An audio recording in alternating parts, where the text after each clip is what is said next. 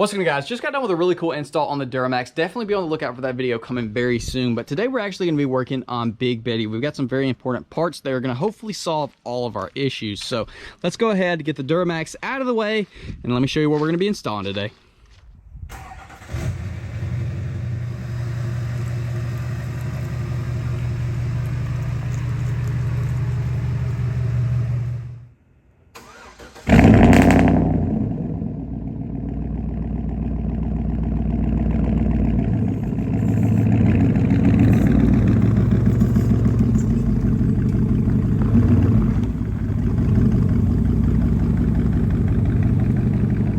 So as most of y'all know, Betty's dash looks like a freaking Christmas tree. We got our ABS, StabiliTrak, traction control, all these different lights, which I thought was caused by the previous owner tearing the wheel speed sensor wire and not repairing it properly.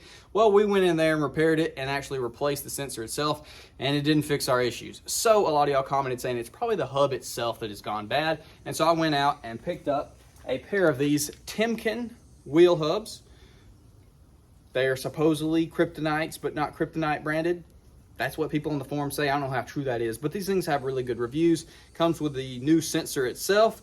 And not only is this hopefully going to fix all of our dash lights, but Betty's creeping up on 220,000 miles, 5,000 of which those miles have been lifted on big wheels and tires. And before that, it was leveled on like 34s. So who knows how long it's been on a big setup. I can only imagine if those are the factory ones, how many rotations it has made over its life. Either way, it's a good idea to go ahead and replace both of these. Shouldn't be that bad of an install. So let's go ahead and tear this thing apart, get these babies in there.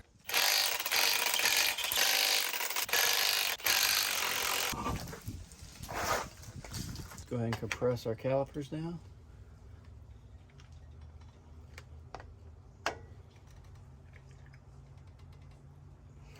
$18 mil.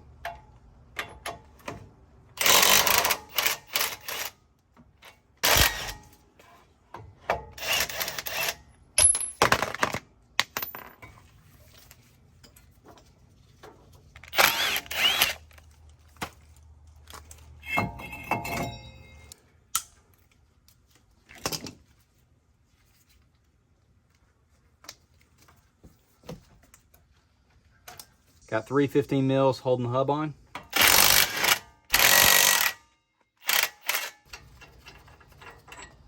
Just make sure you remember the orientation of your heat shield so you can put it back the exact same way. We're gonna go ahead and hit this with some brake clean, get it all cleaned up for our new hub assembly.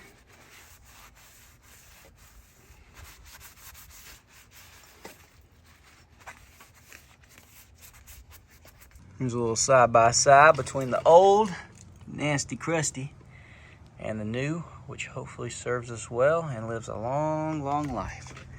Let's throw it back together. Make sure you go ahead and take your wire, run it through your heat shield. It's gonna make things a lot easier. And then she's just gonna line up just like that.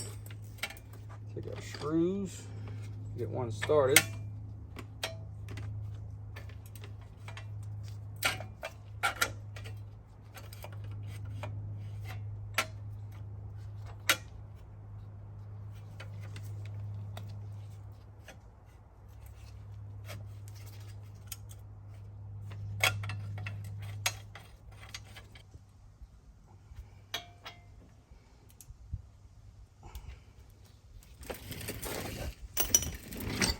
Pull our cable up out the way.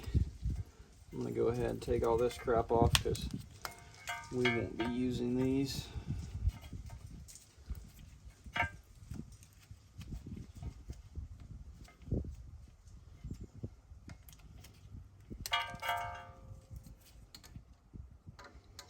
Just put that out the way for now.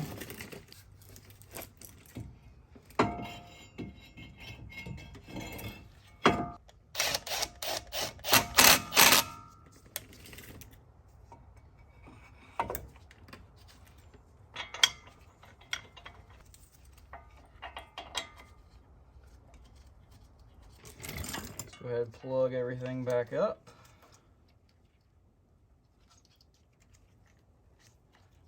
Put our Christmas tree back in there. Come on now.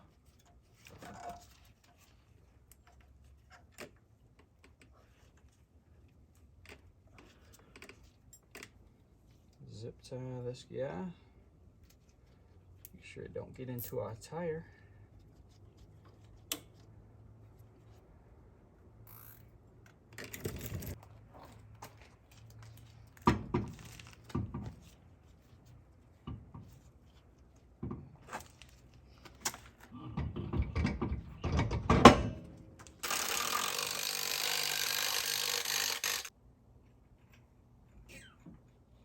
So now I'm in here holding the brake pedal down because according to the forums, that's the best way to completely wipe the system of any leftover power, even after you've disconnected it.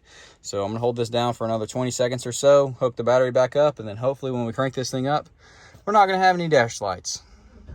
Come on, what? Service traction control. Service StabiliTrak.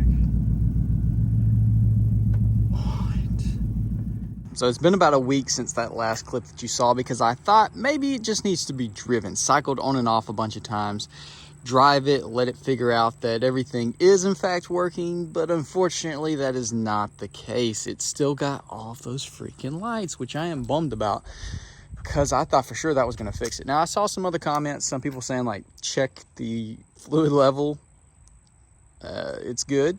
I'm still going back to, I still think that that wire is messed up. I'm going to trace it here in a little while, try to go farther up and see if there's maybe a little cut somewhere.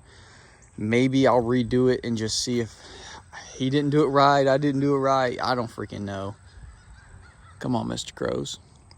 Either way, bummed on that, but obviously that is a side product. We're excited because now we have fresh front hubs. So probably the original 220,000 mile ones on there that we just replaced. So it's definitely a good idea for us to have done this little preventative maintenance. That way we make sure all of our wheels and tires stay on the vehicle, which is good.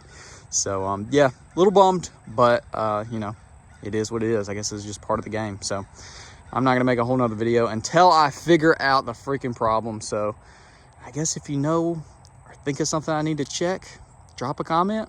Either way, hopefully you did enjoy this video on how to install front hubs on your GMT 900s, but probably pretty much every truck. Either way, it is actually nice, I will say, working on this two-wheel drive truck, because all the four-wheel drives that we do, it's not hard, but there's definitely a lot more steps involved with the front end, whereas on these things, it's just a freaking breeze. So anyways, I'm gonna quit rambling. Hopefully y'all did enjoy. Comment down below, let me know, give me some insight, help me please. I'll see y'all in the next one.